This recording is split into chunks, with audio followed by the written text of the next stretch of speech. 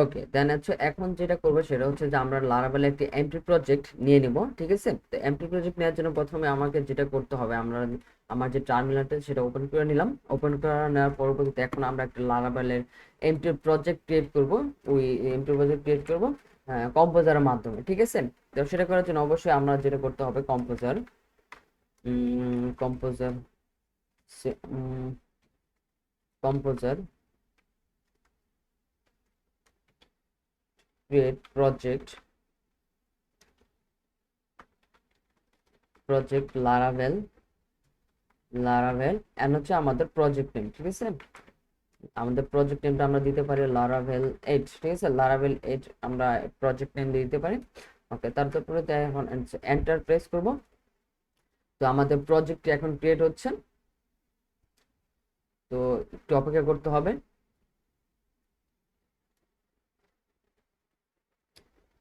তো অতি তাড়াতাড়ি আমাদের প্রজেক্টটি, তার সাথে সাথে আমাদের প্রজেক্টটি অলরেডি ক্রিয়েট হয়ে গেছে।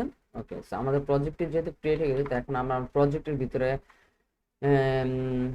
প্রজেক্টের ভিতরে যাব, সিটি লারাভেল 8। ওকে, দেন হচ্ছে যে আমাদের প্রজেক্টের ভিতরে চলে গেলাম, এই হচ্ছে আমাদের প্রজেক্ট ফাইল। ওকে, তো এখন যেটা করব সেটা হচ্ছে যে আমরা এখন আমাদের প্রজেক্টটি অলরেডি ক্রিয়েট করে ফেলেছি। তো এখন আমরা আমাদের প্রজেক্টের ভিতরে আমরা প্রজেক্টটা রান করে দেখতে পারি, পিএইচপি আর্টিসন সার্ভ।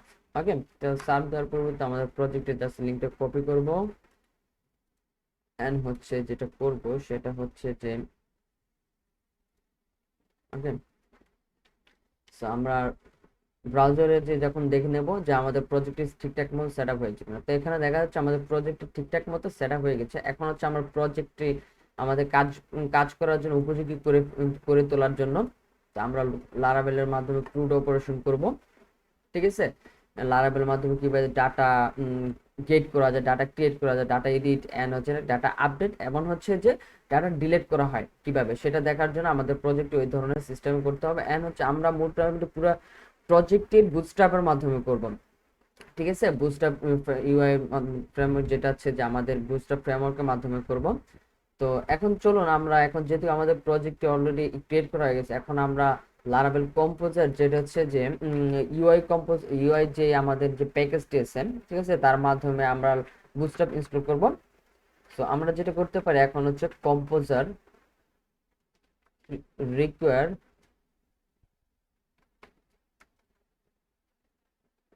রিকোয়ার তো রিকোয়ার আমরা লারাভেল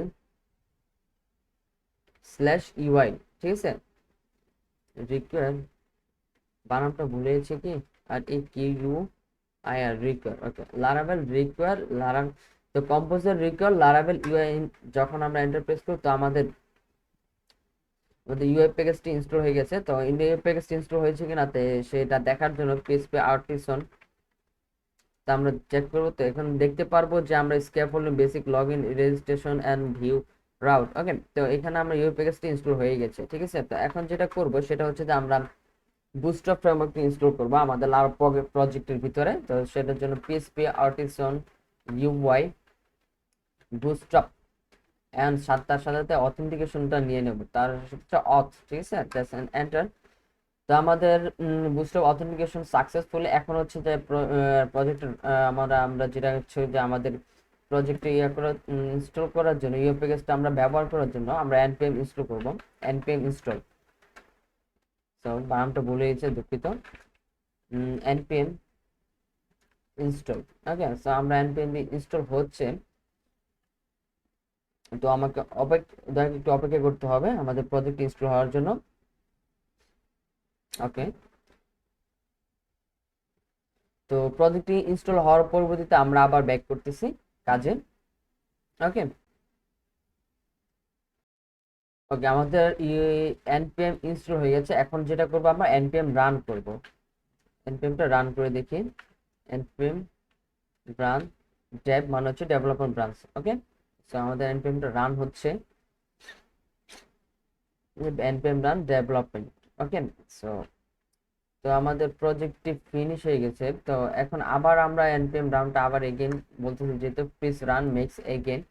তো আমরা মিক্সটা এগেন রান করতেছি। তো তার সাথে সাথে মিক্স রান করার পরবর্তীতে এখানে আমাদের দেখা যাচ্ছে যে আমাদের স্কেপ ফোল্ডারে আমাদের দুটো ফাইল ক্রিয়েট হয়েছে, যেটা হচ্ছে যে আমাদের পাবলিক ফোল্ডারের ভিতরে জেএস ফোল্ডারের ভিতরে app.js নামে একটা ফাইল ক্রিয়েট হয়েছে, এন্ড হচ্ছে যে সিএসএস ফোল্ডারের পাবলিক ফোল্ডারের ভিতরে সিএসএস ফোল্ডারের ভিতরে এন্ড হচ্ছে যে app.css নামে দুইটা ফাইল ক্রিয়েট হয়েছে। তো এই দুইটা ফাইল ক্রিয়েট হয়েছে, তো সেটা এখন তো আমরা প্রজেক্টে অবশ্যই এখন রান করে চেক করবো যে আসলে কি হয়েছে কিনা, বুটস্ট্র্যাপটা অথেন্টিকেশন আমাদের চলে আসছে কিনা, পিএসপি আর্টিসন সার্ভ।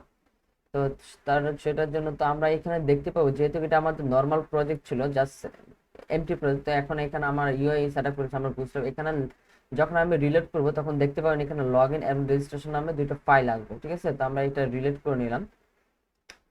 তো রিলেট করানোর সাথে সাথে যেটা হচ্ছে যে যেটা হবে সেটা হচ্ছে যে এখানে দেখতে পাচ্ছেন অলরেডি চলে আসছে লগইন এন্ড রেজিস্ট্রেশন। যখন আমরা ক্লিক করার পরবর্তীতে এখানে ইমেল দেখতে পাচ্ছেন, লগইনের জন্য ইমেল, এখন এটা হচ্ছে ডিফল্ট অথেন্টিকেশন সিস্টেম এন্ড হচ্ছে লগইন, এই দুটো অপশন চলে আসছে। ওকে, সো আমরা এখন যেটা করব সেটা হচ্ছে যে তো এখন আমরা যেটা করব আমাদের প্রজেক্টে বিএস কোডের মাধ্যমে আমরা রান করে নেব। তো প্রজেক্টে বিএস কোডের মাধ্যমে আমরা রান করে ফেলেছি, ওপেন করেছি, ফোল্ডারে অ্যাড করে ফেলেছি। এখন এটা প্রজেক্ট এনভায়রনমেন্ট হিসেবে আমরা সেট করব। ওকে, তো আমরা প্রজেক্টে আবার এখানে রান করে নিচ্ছি। ওকে, সো আমাদের প্রজেক্টে রান হয়ে গেছে, আচ্ছা চেক করে নিই, হ্যাঁ রান হয়ে গেছে প্রজেক্টে। ওকে, এখন যেটা করব সেটা হচ্ছে যে আমরা আমাদের এনভায়রনমেন্টে সেট আপ করবো যে আমাদের কোডটা, ঠিক আছে। তো সেটা করার জন্য অবশ্যই ফার্স্টে রাউট ফোল্ডারে যাব, ওয়েব ফোল্ডারে যাব, দেন হচ্ছে যেটা আমরা চাচ্ছি যে যেটা করতে হবে সেটা হচ্ছে এটা আমরা একটু অফ করে দেব, সেটা অফ করে যেটা হচ্ছে যে আমরা এটাকে রাউট ফোল্ডারে নেব। ওকে, সো রাউট ফোল্ডার নেওয়ার পরিবর্তে যেটা হচ্ছে যে রিলোড দিলে আমাদের এখানে যে অথেন্টিকেশন সিস্টেম আমরা অবশ্যই মাস্ট লগ ইন করতে বলবে। তো আমরা আরেকটা যেটা করবো আমাদের কন্ট্রোলার থেকে কন্ট্রোলার যাব, যেটা হচ্ছে যে আচ্ছা এটা ইনপুট করে নিচ্ছি আমরা অ্যাপ http এন্ড হচ্ছে যে কন্ট্রোলার, ঠিক আছে, যে হোম কন্ট্রোলার, জাস্ট আমরা এতটুকু অফ করে এতটুকু কনস্ট্রাকশন অথেন্টিকেশনটা কমেন্ট করুন। এখন যদি লোড দিই তাহলে দেখতে পাবো যে ওকে, সো আমরা এখন যদি লোড নিই দেখতে পাবো যে আমাদের মেন সেকশন এই সিস্টেমে চলে আসবে। তো এটা আসার পরবর্তীতে এই হচ্ছে যে আমাদের মোটামুটি একটা এনভায়রনমেন্ট সেটআপ ক্রিয়েট করা। তো ঠিক আছে, তো নেক্সট পর্বে আমরা দেখব যে লারাভেলের মাধ্যমে কিভাবে ডাটা স্টোর করতে পারি আমরা, ঠিক আছে, ডাটাবেসে ডাটা স্টোর করতে হবে। ও তার আগে একটা জিনিস কেটে করতে হবে, আমাদের ডাটাবেসে ডাটা ক্রিয়েট করে নিতে হবে, আবার ডাটাবেসটা কনফিগারেশন করে নিতে হবে, ঠিক আছে। তো ডাটাবেসটা কনফিগারেশন করার জন্য এখানে যেটা আমরা করব, আমরা প্রথমে একটা ডাটাবেসের যে ডাটাবেসটা যেটা হচ্ছে যে লোকাল হোস্ট স্ল্যাশ পিএইচপি মাই অ্যাডমিন। ওকে, সো এখানে আমাদের ইউজার নেম যেটা ছিল সেটা দিয়ে রাখবো, টেবল ডাটাবেসের ইউজার নেম। সো আমারটা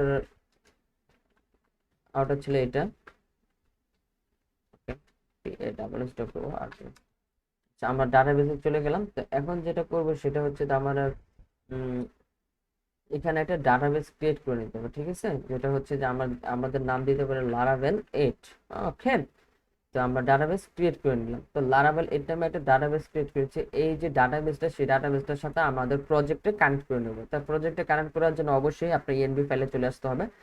তো এখানে বলতেছে ডাটাবেস নেম। ওকে, তো ডাটাবেস নেম আমাদের ডাটাবেস ছিল লারাভেল 8 এন্ড ইউজার নেম ছিল আমাদের যেটা সেটা হচ্ছে খায়রুল, আমার ইউজার নেম, এন্ড হচ্ছে পাসওয়ার্ড ছিল যেটা আমরা পাসওয়ার্ডে রেখেছিলাম, ঠিক আছে, এটা ছিল আমাদের পাসওয়ার্ড। তো সম্পূর্ণভাবে আমরা ডাটাবেসটা কানেক্ট করে ফেলেছি। তো পরবর্তীতে পদক্ষেপ যেগুলো নেব বা তার জন্য নেক্সট ভিডিওতে আমরা দেখাবো। ওকে।